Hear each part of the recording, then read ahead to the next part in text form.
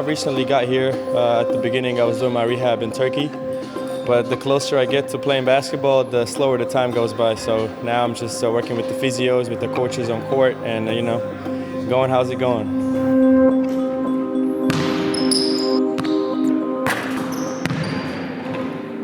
Tai Arturs patyrė traumą rungtynių metu, kai tiesiog pastatė koją į negerą padėtį. Oi, ne, kryptelėjo koją.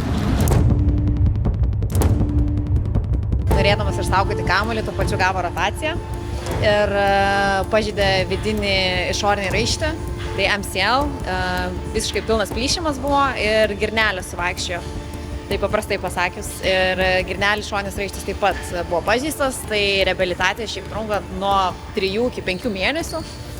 Kartais gali trukti ir ilgiau, priklausomai nuo kaip seksis reabilitacija. Būtent kalbant apie Arturs, tai kaip tik bus jau mums 5 mėnesiai.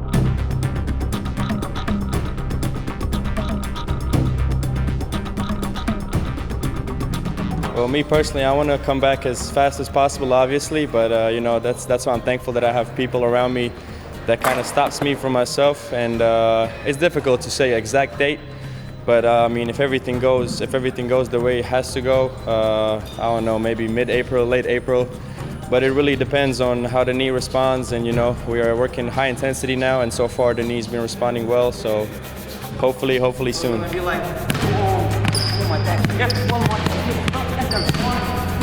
Reabilitacija pati, tai viskas aišku prasideda nuo amplitudės, nuo prižiūrėjimo, kad tas kelis netintų, kad skysčiai išsivaikščiotų, kad pilną tą amplitudę atgauti ir panašiai. Vėliau kitas etapas jau yra jėga, trečias etapas jau daugiau sprintai, pradėjimas bėgioti, tas linijinis bėgiojimas, taip sakant, tiesiai šonais, o jau vėliausias tas etapas yra, kai pridedi daugiau change of direction, tai krypties keitimo, o paskutinis jau kai yra aikštelėje, daugiau sport specific, tai krepšinio būtent drillsai, individualios treniruotės su treneriais, tai mes jau esam paskutiniame etape.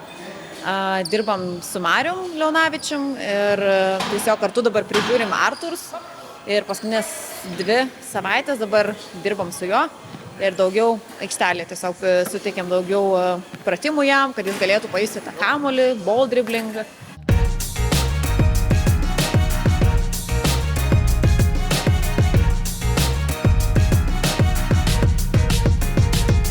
Šią savaitę eisim pas daktarų, žiūrėsim, ar gausim tą leidimą, tikėsimės, kad viskas gerai gyja, kad funkciškai viskas gerai, atgaus pilną jėgą. Ir tik gavus leidimą po daktarų galėsim jau inkorporuoti jį į komandinės treniruotės. Ir su komanda viskas vyks progresyviai, nuo treniruočių to ritmo ir priklausys, kaip tas kelis sureaguos. Jeigu viskas gerai, tai tikimės 2-3 savaitės su komanda ir tada grįš į varžybinį ritmą.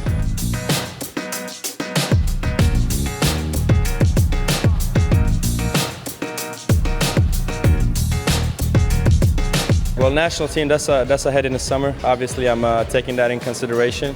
But the main opportunity, the main goal for now is to get back to join the team. Maybe hopefully before playoffs, get some games in, get the rhythm back. And obviously just help this team first, and then the summer will come.